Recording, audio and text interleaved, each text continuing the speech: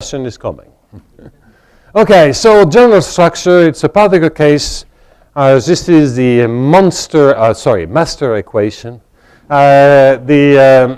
This master equation is an equation which is set in infinite dimension on a set of probability measures.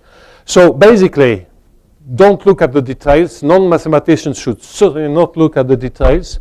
But basically what you have is now some kind of equation which is of this partial differential equation style, type, meaning that you have derivatives in various variables, and some of those variables are themselves an infinite dimensional object M. In fact, this is an infinite dimensional equation, which is very bad news even for mathematicians. And let me emphasize that when those two economists, Kruskal-Smith, and Kruskal is a very important figure in economics because he also belongs to the Nobel Prize committee in economics. So he tends to get a lot of attention from his fellows economists. But anyway, they of course didn't write those equations. They were setting up a set of rules for the behavior of the individuals in an economy, and in fact the type of models which are behind are such equations. Okay, so I certainly don't want to emphasize, but exactly as in the simple example before where M was the unknown, so now M even becomes a variable, and this is some kind of U of X of M and T is some kind of optimal evaluation function.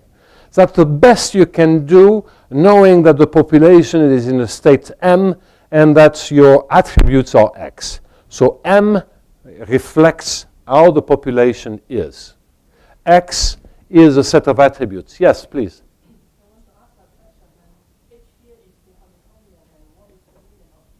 I'm sorry? Yes.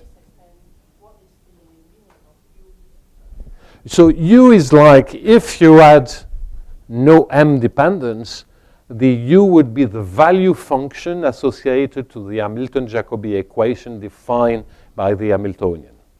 Okay? So it's an evaluation function. Evaluation functions. It's a value function. So there is a criteria. So you should think that U is the optimal criterion, optimal value you can get for a population which is in state M. And X is a list of attributes that's part of your models. X is how you're going to describe the agents. So forget the details. I mean, that's irrelevant. X is like is how you describe the agents. So it could be the age, it could be the wealth, it could be the geographical location. So that's part of your model. How am I going to describe the agents? Well, by a set of coordinates, and that's X. Okay? Fine. So this is an equation that's very bad news. Fortunately, it's an infinite dimensional problem. And there are many, many extensions and variants, but this is already a monster equation.